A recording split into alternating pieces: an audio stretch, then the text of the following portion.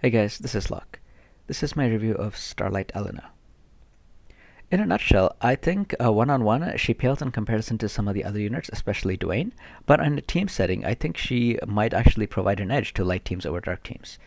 Um, to start the review, I'm going to talk a little bit about her herself, and then I'm going to talk about like team compositions and why I think she actually fits really well in a light team. To start with, I'm going to start with her TMR, which I think is very interesting. It gives light resistance and dark resistance to the team. Well, not to the team, but to everyone in that area of effect, and also increases her own slash attack for by 25. See, the light and dark resistance is 20, and then slash attack is 25 for self. As a damage dealer, she has two very good skills for dealing damage. These skills are this one, Astria's Chosen, and Sharp Mind. The reason that these two are very good is because the first passive, reduces slash attack resistance, while the second passive reduces spirit. Uh, it increases her own spirit piercing. So if you meet an enemy with 100% slash resistance and 100% spirit, she will still do at least 40% of her damage to that enemy because of these two skills. So you can almost always make sure that she's dealing damage. The only time she will not be able to deal damage to an enemy is if that enemy has 100% light resistance. Secondly, her the combination of uh, the sub job, which is, I forgot the name of the subject, Rune Knight. The combination of Rune Knight and Azure Pathfinder actually makes her very interesting. Um, the reason for that is because of the Drain Evocation spell. So what Drain Evocation does is it, first of all, it absorbs some of the damage that you do. The modifier is not very high, but it still absorbs some of the damage. And then secondly, it increases your own slash resist penetration by 40 and increases magic by 100% for one turn. So if you combine that with this skill, that is a 80% slash attack resist penetration, and an additional boost of 100% magic. So the next attack that you do is going to be insane. The problem, and this is only a problem for auto, is that because this is a minimum damage skill, I think that there will be limited amount of times that you can use this skill compared to like something like uh, this one or this one especially, because this is a 4 range skill, height 1. This one is a 5 range skill, height 1. So the only time you would use this over this on auto, my assumption, is when the enemy is basically like you can only reach with a range 5 skill. We can't take another step forward to hit him with the range 4 skill. And I think there would be very limited times that you can use that. But if you can manage to pull it off somehow, like, you use the skill and then on the next turn you use this, or like some other skill, you're going to probably obliterate that enemy because you're going to do so much damage. And that is pretty much the setup for this unit. But the thing is, like on auto, how often are you going to pull it? I have no idea. Live PvP, it's a totally different thing. I mean, it's obviously going to work, like Drain Evocation on the first turn, and then the next turn use another skill, and that's going to be crazy. You can also do Quicken to get that combo off. But I think there are other limitations with her manual PvP that I'm going to talk about. So I'm going to ignore the manual PvP aspect for now. But for auto, if you can pull this off, it'll do a ton of damage.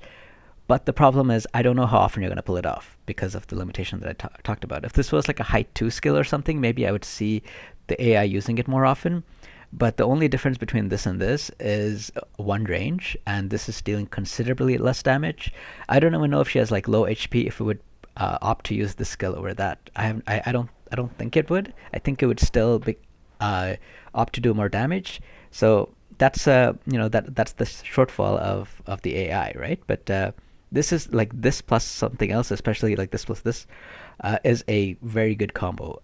This skill actually has a modifier of 200%, so it'll do a ton of damage, and it increases her own agility if you um, she actually is set up to have a very high agility. Like her base agility, if you add up all the nodes and everything, is 68. And then her weapon, which if you're getting her, you'll probably at least do the challenge board and pick up her weapon. It gives flat 5 agility. Um, so that's already pretty high. And then you can also use some of the other skills that increases her agility, like uh, actually this one. Yeah, so this one increases agility and slash attack resist penetration. So that's an additional 12%. Her mastery gives her 10%, but that 10% is included in the 68. But basically, like, she will probably have very high agility already. And then if she uses this skill, that increases her agility by 25%. If you use uh, her limit burst, that decreases enemies' agility by 25%. So I can see her, ignoring haste and everything, like just by her and another unit. I can see her having the potential to double turn a unit, and if you can do that, if you can take that double turn, she has a very good setup because. For example, suppose she already has a boosted 25% agility, either from the skill that I talked about, the skill, or if you equip, for example, Black Rose Helena's TMR, because she's able to equip that.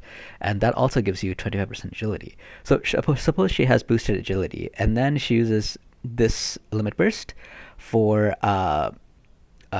lowering enemies' agility by 25%. This is a 3-hit skill. So whatever the next skill you're gonna use, like whatever it is, maybe it's this one, or whatever it is, it's gonna hit for a ton of damage, right? So like, she has a very interesting setup. If she can manage to do, like, 2 hits in a row, if she can take 2 turns in a row, she will, like, just obliterate pretty much any enemy, I think, because of all these multi hits and these, like, penetrations and stuff. So one of the disadvantages when I compare her to Dwayne is that Dwayne has a what is it, like a barrier break, whereas she does not. However, she has these multi-hit abilities, including this one, which is a 4-hit combo. So that kind of negates the problem a little bit, especially if you're thinking of her in a team setting where you're using this skill plus any other skill from any other light unit. Maybe it's Yuna's Holy or one of Jaden's magic skills, right?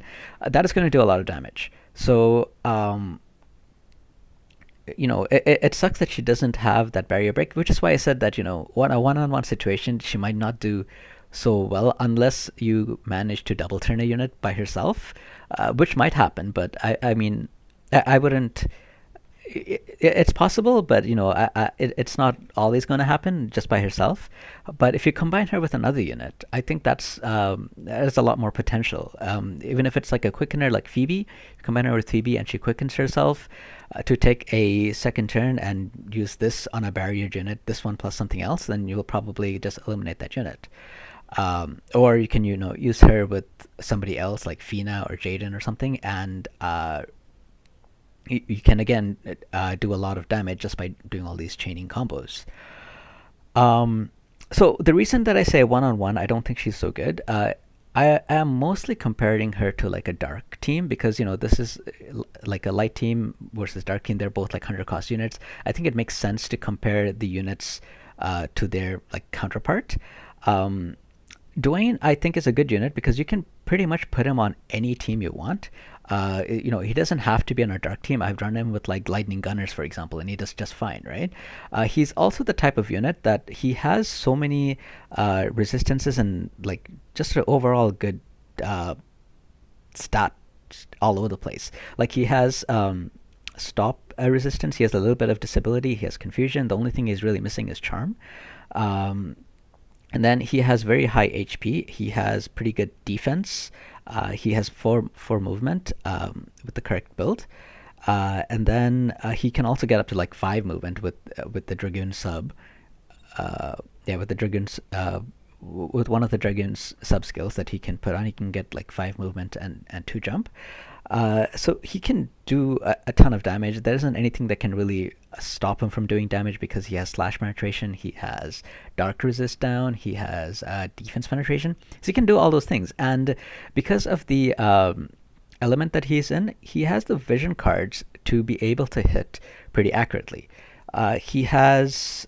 where is Black Rose Helena's card? If I can find it. Oops. This one. So this one gives dark units 25 accuracy. And then there is a card that I don't have. It's called the Maidens of the Roses, which gives 35% luck and 35% dexterity to dark units. So the combination of these two cards, and then if you put like a Alex Ring or something on top of that, I don't think he's going to miss. So I think just building a full evade team uh, and trying to take out Dwayne on a light evade team or something, I think is not going to work because I think the dark team just has too much accuracy coming in from their vision cards. And then again, if you pair Dwayne and Black Rose Helena actually has a skill, this one, which increases accuracy even more. So it's going to be really, really difficult to build a light team that has higher evasion than dark team and hope to consistently evade. However, if you are building a light evade team, or even just an evade team, or just trying to take advantage of Elena's evade, I highly recommend actually pairing her with Fina, because Fina has her job level 25 skill, Sparkle Shower, interesting name, but this lowers accuracy by 43 for 3 turns, which is an insane amount of evasion potential, right? Combine this with Elena's. Actually, it wouldn't really stack. But Elena has a counter that also reduces accuracy by 25. It doesn't stack, so Fina's skill is still better. But that might give her a little bit of a fighting chance to evade, but I still wouldn't count on it. Like, I wouldn't say that, using... I wouldn't count on evading anywhere near the olden days where evade was golden. Like, Ruinstern evasion was like top notch, right, back in the day. So this is not going to be anywhere near that. Maybe not everyone will use the Maiden of the Roses VC because not everyone has it. Like, I don't have it, but still, like, I don't expect her to evade all the time. So that's why, I mean, if she was able to evade all the time, I think one-on-one she has a pretty good chance against Dwayne. If she even had like a 50% chance to evade, maybe that might be in her favor, especially with her Immortal Spirit skill. That's this one. I think that she might have a little bit of a chance, but I don't even expect it to be 50 with the potential of accuracy that Dark has. I don't really see her evading a lot. With assuming that Dark is set up for accuracy and Light is set up for evasion. So that's the reason why I don't think she is a good solo unit. However, on a Light team, because of the potential to chain, right? Like, if you use this skill and then you use any other big hitting skill, she will do a ton of damage. She has kind of built-in stuff that helps her to survive. Like, she has the Immortal Spirit. This will not be negated by Dwayne's skill. Like, his skill only removes re-raise, so it removes like the fake death or the re-raise from Yuna, but it does not do anything to Immortal Spirit, which is what this one does. So so this so she's set up to kind of survive. So I might, even if I'm going to be building her, I might actually try to build her a little bit more tanky. Like, I might go with the Dark Resistance, because she has one Dark Resistance skill here, the Dark Resist Blessing, which gives you 12 Dark Resistance. She has the TMR that increases Dark by 20%. If you put the Carbuncle Esper on her, it has no negative resistance to start off with for Dark, and then it can increase Dark by 15 if you Dark Resistance by 15 if you take the nodes. And then if you put the Skyon of something, I forgot the name, but it's a vision card. Let me actually just go there for a second. I don't have it maxed out though, but it is this one, where if you max it up, it gives you Dark attack resistance of 20.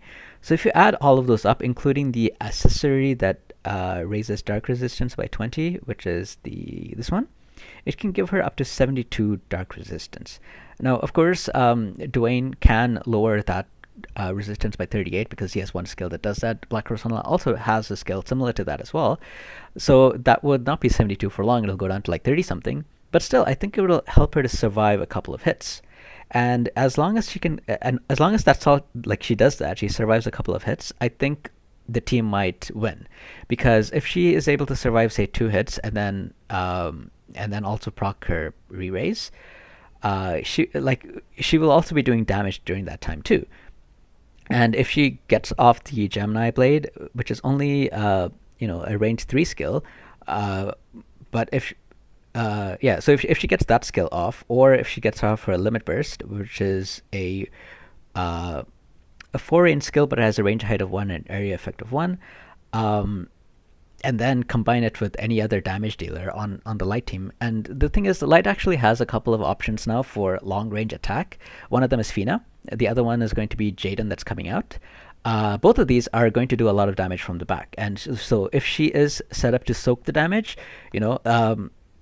because you are using skills like, this one, like Dark Spirit's Blessing, and then you build her just tanky and a ton of dark resistance or whatever other bulk kind of thing you want to put on her, I think she can do well by just setting up for the light team to do a lot of damage. As I said before, because of this skill, I don't expect her to be just one shot as long as you can get the skill off first. But it'll be ideal if she can survive 3 or 4 hits instead of 2. So if you can build her in a way that can do that, I think the light team will actually be able to come out on top. Because everyone does a lot of damage. Sure, Dwayne and Black Rosalina does a lot of damage, but with the correct setup, light team actually has a potential to I think mimic the amount of damage, especially with the access to vision cards that they have. So if you're going to build her, what kind of setup would you be looking at for a light team? So let me just go to something like this. So you start with her. And then you have a couple of options. One of them is, as I mentioned before, Fina. If you are trying to somehow take advantage of evade, you can take advantage of her Sparkle Shower skill to reduce enemies' accuracy by 43. You can also use Rob Horn on the same team as well, so that this can actually be your light evade team. I don't really recommend it too much, but even if you ignore the evasion, if you just go with Jaden, which I don't have yet, so I'm just going to put a substitute for Jaden. If you go with something like this and make her Elena be your tank, and then the other two to be doing damage from afar, I think that could work, right? And Light has a very good vision card setup for something like this because it has access to Bahamut. So Bahamut increases light magic by 50%, and all 3 units on this team, whereas this is my proxy for Jaden, does magic damage. So they're all going to be doing a lot of magic damage. This actually gives you a little bit of accuracy not accuracy. Gives you a little bit of evasion. Sorry, not evasion, not accuracy. This gives you a little bit of agility. I keep getting my words mixed up. Gives you a little bit of agility. It also gives you unit attack resistance by 20. So this is like an Odin, right? So you can use this on her, or you can use her own card on her for luck. But you don't actually have to build her card for her. You can use this card, and then you can use the Ramsa card, because Ramsa increases agility by 15. It also increases slash attack by 35. So she can take advantage of both the agility, because she already has a very high agility, and the slash attack, because most of her skills are slash. So already these 2 cards is going to increase her damage potential by a lot. So the third card can actually just be like a defensive card. You can put something like even like an MR card, like where did it go? The card, this one. Because that increases area effect resistance by 15, increases slash resistance by 15, missile resistance by 15. It does give you, it does have a bit of a negative HP stat, but that's one idea. You can also go with Jaden's card that's coming out that gives you 20% area effect resistance. So she already, with just these 2 cards, she already has a very good offensive capability. The third card can just be something like like a defensive capability, or it can also just be the card that I mentioned before, which is the level 55 card that I have, this one, where when it's maxed out, it gives you dark resistance of 20. So something like this, I think, would probably be my auto team setup if I was going to run this. Now, am I going to actually build her? I have her at level 55. I'm thinking of getting her to level 75 just for the challenge board. And then I'm hesitating on actually building her, because I think to really make use of her, I also need Jaden, because I think the 2 of them alongside each other is what's going to be, really driving this. I think that's going to make this combo very powerful, which I think is also reasonable in a way, because in the dark team you have 200 cost units, and to match them you kind of need 200 cost units in the light team as well. But I don't know if I want to actually spend the Vizier to pull Jaden and then to use him. I mean, I have enough Vizier to max her, but I don't know if I want to do that for another unit. So I don't know. I have to really think about it. I mean, yeah, I'm thinking about it. I haven't decided yet if I want to build her, but that's one way of going about her. Another way is actually to use Yuna. So Yuna and Jaden, or Yuna and Fina if you really don't want to pull Jaden. And then because Starlight Helena will be, she will not be taken up by one hit because she has courage. You can try using Yuna's re-raise on her. It does get taken up by Dwayne, so you have to kind of think about if you actually want to do that or not. But as long as Starlight Elena is surviving, right? She's at the front line, she's surviving. Yuna can pretty much heal her health back to full. And as Yuna's healing, Starlight Elena will still be setting up combos for your other teams. Like if this is Jaden, Jaden's going to be one-shotting everyone after Starlight Elena does any kind of combo on another unit. So there you have your 3 units. You have your healer, which is Yuna. You have your initiator, which is Elena. She's going to do those combos and set up for Jaden. And Jaden's going to be your main damage dealer finisher. So this, I think, has the potential. Again, this is all theorizing because Jaden's not even released and Elena is 55. It's going to take some time. But this is how I would approach building a team for around Elena, like a light team to try to take out the dark team.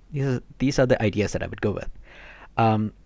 Now, Elena for live PvP, because that's something that I'm pretty passionate about, and I really like live PvP.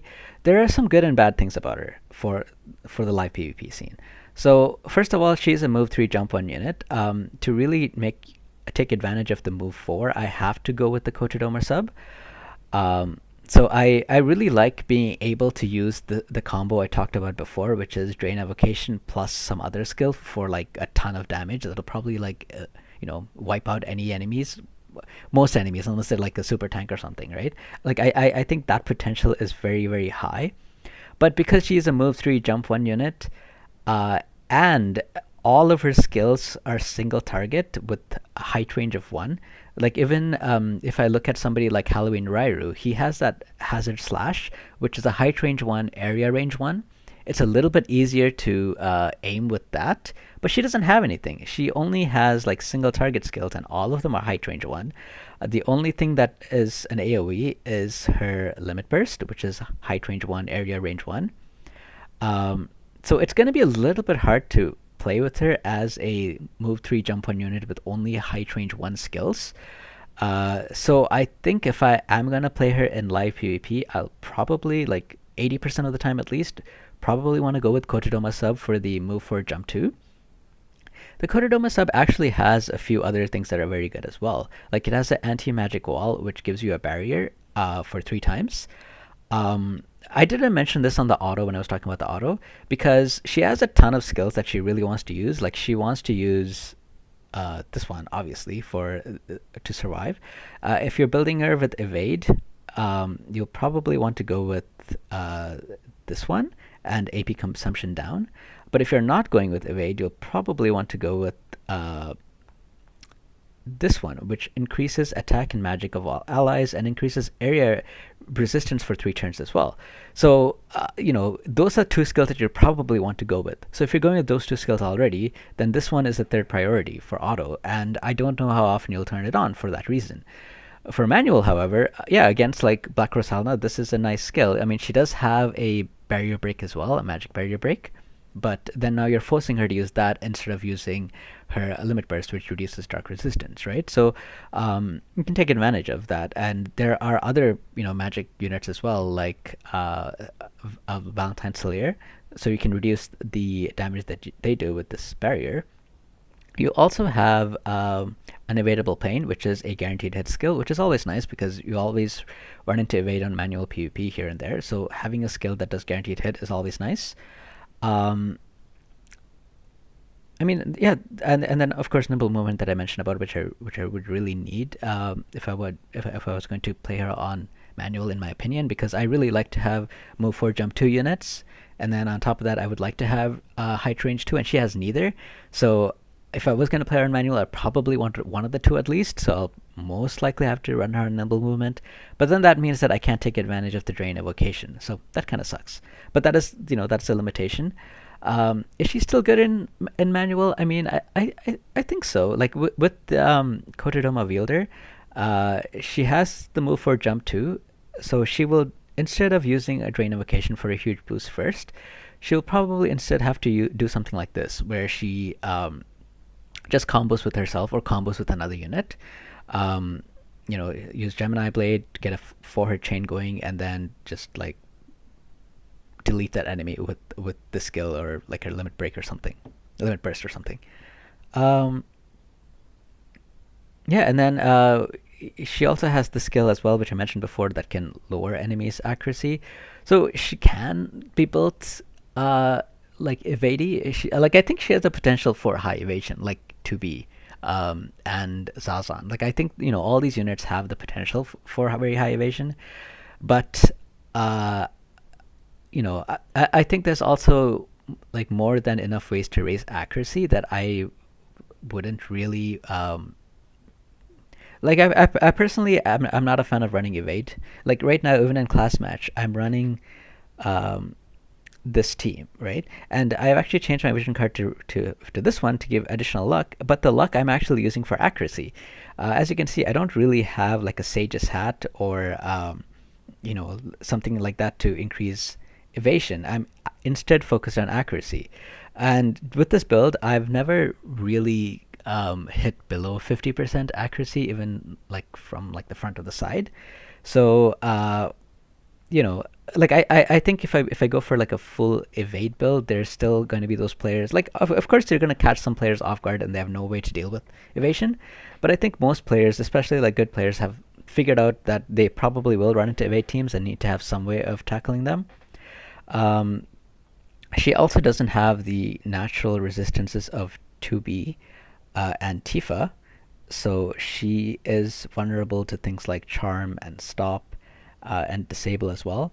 So again, if I build her for very high evade, somebody might just go and charm her, and then like, what can I do about that? That's not a problem with like with 2B or Tifa, but it is a problem with Elena, and she also needs to be more in the front line. Another unit like Lara Croft, she is also an evasion unit, but she's in the back, so she is not going to be charmed as often, in my opinion, than Starlight Elena. And Elena will need to be at 97 faith to run, so all these status effects have a very high chance of actually like shutting her down. So good and bad. I don't think she is impossible to play in manual PvP. I think she can actually be used for great effect, but there are some of the limitations for her, and that's what I wanted to highlight. But overall, I mean, I think she's a good unit. She's not as like plug and play as Dwayne or Helena, because you need to actually think about the team that you want to use her with. You want to think about if you're going to run her evasion or full bulk or like full damage if you're going to run her alongside like the Warrior of Light or something. But I think she is like with the correct composition, with the correct vision card setups and team members, and the way that you set her up, I think she has a potential to be like a very, very good, powerful unit. So that's my review on her. I hope you guys enjoyed this review. If you have other questions or comments or things I missed, please leave them below. There are things that I've missed in the past and people have pointed it out, like Lara Croft's evasion ability that JB pointed out, and I appreciate that, because I don't think of everything. Like when I look at it, I try to say everything that I can, but there are things I miss. So if you guys want to, add more to what I'm saying, please feel free and go ahead, because I appreciate that, right? Anyway, that's all from me. I hope you guys enjoyed this video. If you have other questions or comments, please leave them below, and I'll see you in the next video. Take care, guys.